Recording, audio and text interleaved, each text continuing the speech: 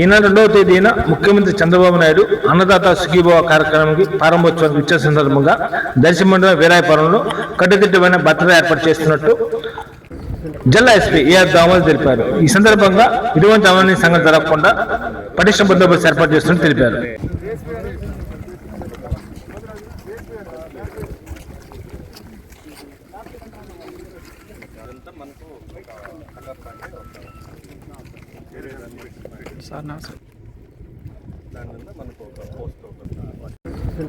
రేపు మన గౌరవ ముఖ్యమంత్రి గారు ఈస్ట్ వీరాయపాలెంకి విచ్చేస్తున్నారు. అన్నదాత సుఖీభవ అనే కార్యక్రమానికి ఇక్కడ దర్శి కాన్స్టిట్యున్సీలో ఇక్కడ నుంచి ప్రారంభిస్తున్నారు. ఇక్కడ రైతులతో ఒక ప్రోగ్రాం ఉంటుంది. రేపు మార్నింగ్ ఇక్కడ ల్యాండ్ అయిన తర్వాత హెలికాప్టర్ ఇక్కడ ల్యాండ్ అయిన తర్వాత హెలిప్యాడ్లో డైరెక్ట్గా ఇక్కడి నుంచి అన్నదాత సుఖీభవ ప్రోగ్రాం అరేంజ్ చేస్తున్నటువంటి వెన్యూ దగ్గరికి వెళ్తారు. రైతులతో అక్కడ ముచ్చటించిన తర్వాత ఆ ప్రోగ్రాం కార్యక్రమాలన్నీ అయిన తర్వాత